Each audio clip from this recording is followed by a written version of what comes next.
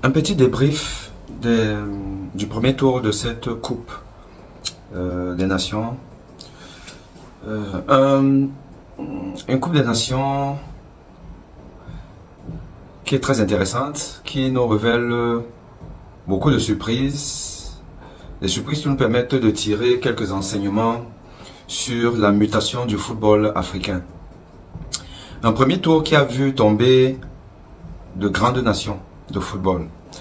Des nations qui n'ont pas pu relever le défi, qui n'ont pas pu sortir de leur faux pas du premier match. Parce qu'un premier match, vous savez, tout le monde peut le perdre.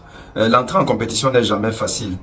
Elle est même souvent difficile pour les très grandes nations. Je ne vais pas vous donner des exemples tels que l'Argentine en Coupe du Monde 90 pour finalement arriver en finale.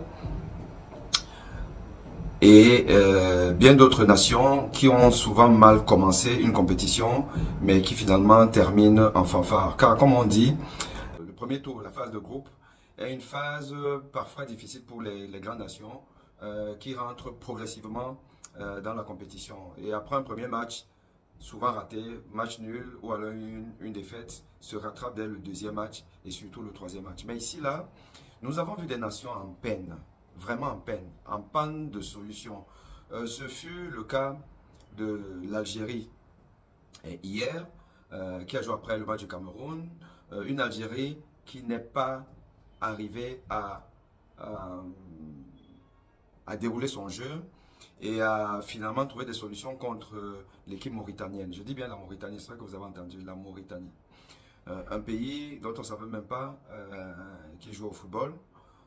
Voilà, la Mauritanie a sorti un match d'anthologie bien pensé, une équipe qui joue en bloc équipe avec un coulissement des lignes dans une dynamique qui donne l'impression que vous êtes dans une salle d'opéra avec donc un ténor qui va donner son tempo et les gens se déplacent pas à pas. Une défense solide, un gardien de but de très haut niveau. C'est ça la Mauritanie. Donc on se rend compte que ce n'est pas le hasard. Et dès qu'ils amorcent des attaques, c'est des attaques construites. Des attaques aussi construites que celles de la Gambie. Oh oui, cette Gambie. Cette Gambie surprenante. Une Gambie qui joue relâchée, sûre d'elle, sûre de sa technicité. Une technique de très haut niveau.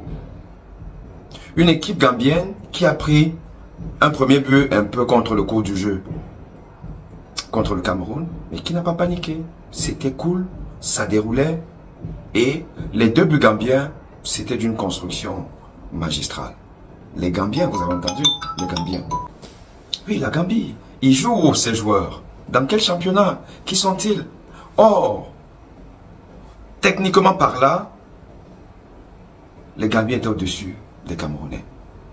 Oui, vous avez entendu les Camerounais. Les Gambiens avaient une technique de jeu, un contrôle de balle, un toucher, des coups d'œil, des 1-2, des renversements de balles. Tout ça dans un tempo pas possible, un calme olympien. C'était ça, les Gambiens, contre le Cameroun. Que dire donc de nos frères, notre belle famille ivoirienne? Les Ivoiriennes dépassées par la technique, la maîtrise du jeu, l'intelligence tactique de la Guinée équatoriale. Une Guinée équatoriale qui était qualifiée, donc qui jouait relâché, qui a joué un premier mi-temps sans vraiment vouloir appuyer sur l'accélérateur. Pendant que on voyait des joueurs ivoiriennes nous servir des déchets techniques pas possibles. Des déchets techniques, comme ce Sangaré. Sangaré. Je ne sais pas où il joue, mais je suppose qu'il est professionnel. Limité techniquement. Limité techniquement. Kessié, Franck Kessié, le monstre du milieu de terrain, il était mangé par les Équato-Guinéens. Ils étaient mangés tous. Avec ce Edou, le numéro 6 équato-guinéen, ce Brésilien d'origine, je pense bien, quelle roublardise, quel joueur teigneux. doué d'une tactique et d'une technique de jeu hors du commun. Alors, Nsoué, l'avant-centre qui apparemment jouerait en poste de latéral en 3e division espagnole. Oui, vous avez entendu, hein? Je vous parle des joueurs qui, pour la plupart, quand ils sont en 2e division d'un pays, enfin, dans les clubs professionnels ou étrangers, quand ils sont en 2e division, c'est qu'ils ont trop fait. C'est ça la Guinée équatoriale. C'est ça le Cap-Vert. C'est ça la Mauritanie. C'est ça la Gambie. Oui, je vous ai aussi parlé du Cap-Vert. Wow. Premier de son groupe. Des mecs qui vous flanquent des buts à 40 mètres. Sans problème. Mais le Cap-Vert qui est moins une surprise que les autres parce qu'on les voit quand même venir depuis un certain temps. On voit venir le Cap-Vert.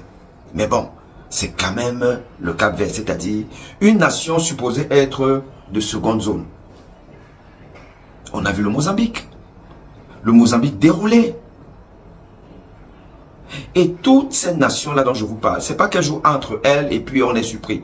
Elles rencontrent les Cadors, le Ghana, la Tunisie. Incapables de prendre plus de 2 points. Incapable de prendre plus de 2 points. Le Mozambique qui élimine le Ghana. La Côte d'Ivoire. L'Égypte en peine. L'Égypte méconnaissable. Le Cameroun méconnaissable.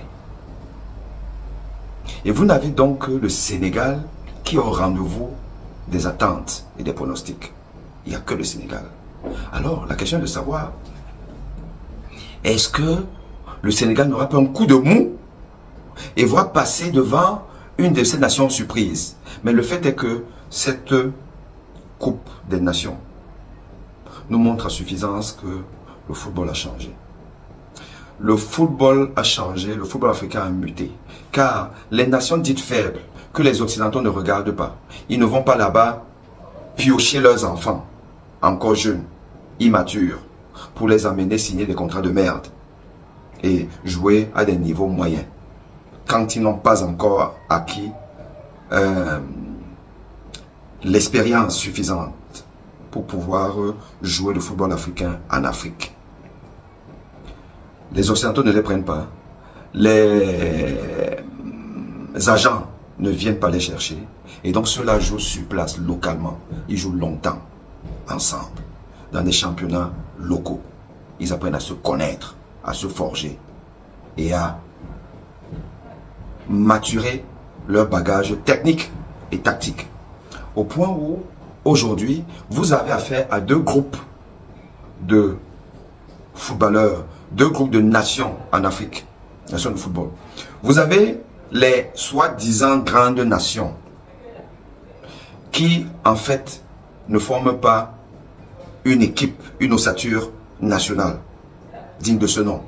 Car c'est une association d'importés ou d'exportés qui sont partis tôt sans avoir vraiment su jouer au ballon et qui n'ont jamais joué réellement ensemble, ne peuvent pas jouer les yeux fermés comme on a vu les Gambiens jouer, comme on voit les Cap-Verdiens jouer, comme on voit les Mauritaniens jouer, les Mozambicains, les Tanzaniens, comme on les voit jouer.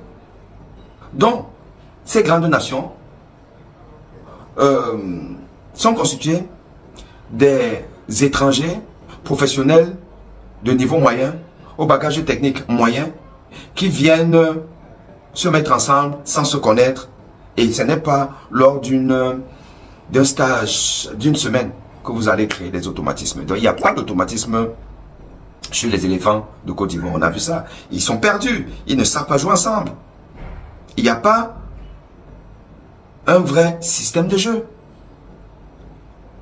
On voit ça avec les Camerounais, les Ghanéens, les Tunisiens, les Égyptiens.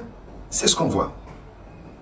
En sachant que l'Égypte et la Tunisie représentent peut-être l'exception qui confirme la guerre, parce que beaucoup jouent dans leurs clubs qui sont quand même des clubs importants, qui trustent toutes les coupes africaines. Mais beaucoup sont aussi à l'étranger. Mais le fait est que, de manière générale, c'est une constante.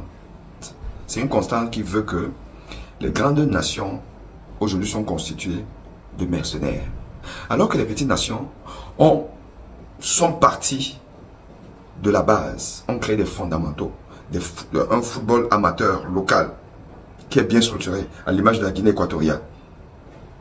Et des gens qui jouent sur place et qui commencent des minimes aux seniors, donc des U8 par exemple, donc moins de 8 ans, de 7 ans, jusqu'au U23, ils jouent ensemble, ils se connaissent. Et quand maintenant, certains d'entre eux sont partis à l'étranger, ils reviennent, mais ils retrouvent leurs frères, leurs amis avec qui ils ont toujours joué. Et ça joue au ballon, ça joue bien au ballon, c'est très technique. Le numéro 10, Mauritanien. Oh là là. Le mec m'a pris un ballon qui venait de loin en plongée. Le gars m'a pris un ballon, vous avez l'impression que c'était Zidane. Tout ça sans regarder parce que, comme a dit Platini, tout est dans le contrôle du ballon. Pendant que vous contrôlez votre ballon, vous avez déjà regardé quelle est la solution qui vous est proposée pour repartir avec. C'était ça. J'ai vu chez les Gambiens, les Mauritaniens et toutes les autres petites nations, j'ai vu des footballeurs comme on en a eu en Afrique. Comme on a eu les Abega Théophile, les Mamaloui, les Roger Mila, les Beloumi, les Abedi Pelé. On a vu. Les Youssouf Fofana. Il y avait des joueurs en Afrique, des joueurs talentueux, techniques. Il y a plus ça. Tout ça, c'est pour dire que il est urgent que l'Afrique en général et cette nation dite les meilleures, les grandes, repensent leur football. Qu'on remette tout à plat. Qu'on mette en place des structures, des académies de football qui ressemblent à celles du Sénégal, qui est un exemple en Afrique aujourd'hui. Des vraies académies de football, un football amateur bien organisé, financé par l'État et par les fédérations, où les enfants sont dans des conditions où ils peuvent apprendre à jouer et à jouer ensemble, grandir ensemble.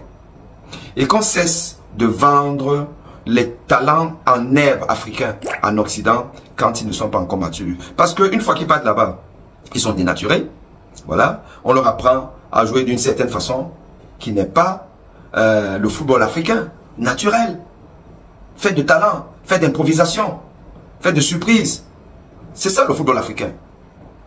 Fait de la baballe. Et on a souvent eu des résultats avec ça.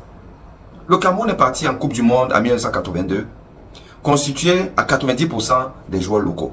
90% des joueurs africains, camerounais, en 1982, jouaient au Cameroun. L'ossature, c'était Canon de Yaoundé et un peu Union de Douala. Les Bida, Abega, Ngeya, Aoudou, Ndjeya, c'était des joueurs locaux. Vous aviez juste à peine Yebga Maya, Tokoto Jean-Pierre qui jouaient. Donc, ils ne pouvaient pas avoir une influence significative pour dénaturer le football africain, le football des Lions Indomptables. Et avec ça, on a fait 3 matchs, 3 nuls. Et encore qu'on nous a volé une victoire contre le Pérou, je pense, où on nous a refusé un but clair. Si il y avait la VAR à cette époque-là, le Cameroun serait en 8e de finale. Et quand vous étiez en 8e de finale là-bas, et vu notre talent, ça allait se jouer. Ça allait se jouer. Et même en 90, au moins 50% des joueurs du Cameroun étaient issus du championnat camerounais. Ils jouaient au Cameroun. Voilà. On peut prendre d'autres exemples. En 78, la Tunisie, la plupart des joueurs tunisiens jouaient en Tunisie. Les Algériens de Beloumi et consorts jouaient en Algérie. Ils sortaient du Mouloudia d'Alger et autres clubs locaux lorsqu'ils ont rencontré l'Allemagne et battu l'Allemagne en 1982. Aujourd'hui, nous aurons forcément des surprises. Nous ne sommes pas au bout de nos surprises. Il y en aura encore d'autres. Et je ne serais même pas surpris de me rendre compte que la finale se joue entre 2 équipes inattendues. Si le Sénégal et à une moindre mesure, le Maroc, un, ne se rencontre pas avant la finale, et deux, n'accuse pas un coup de mou. Donc, cette Coupe des Nations, c'est la Coupe des Nations pensent à structurer leur football, qui voient le sport aujourd'hui comme un pan important pour le développement d'une nation. Pas que le sport en général, le football en particulier, développe une nation en tant que telle, mais c'est simplement donc le témoin d'une gouvernance vertueuse. Voilà, parce que si vous ne développez pas votre sport, en sachant qu'aujourd'hui le sport c'est une industrie, si vous n'êtes pas capable de développer ça, c'est que vous ne savez rien développer. Voilà, donc c'est le témoin, c'est le marqueur d'une bonne gouvernance. Le football aujourd'hui est le marqueur d'une bonne gouvernance. Voilà. Et c'est ce qui se voit dans plusieurs pays africains tels que le Cameroun, en termes de mauvaise gouvernance, ou alors la Tanzanie, la Mauritanie, la Guinée équatoriale, en termes d'amorce d'une gouvernance relativement acceptable par rapport à ce que c'était avant. Voilà. Donc, bravo aux petites nations, bravo à ce que vous faites, et c'est l'Afrique qui gagne.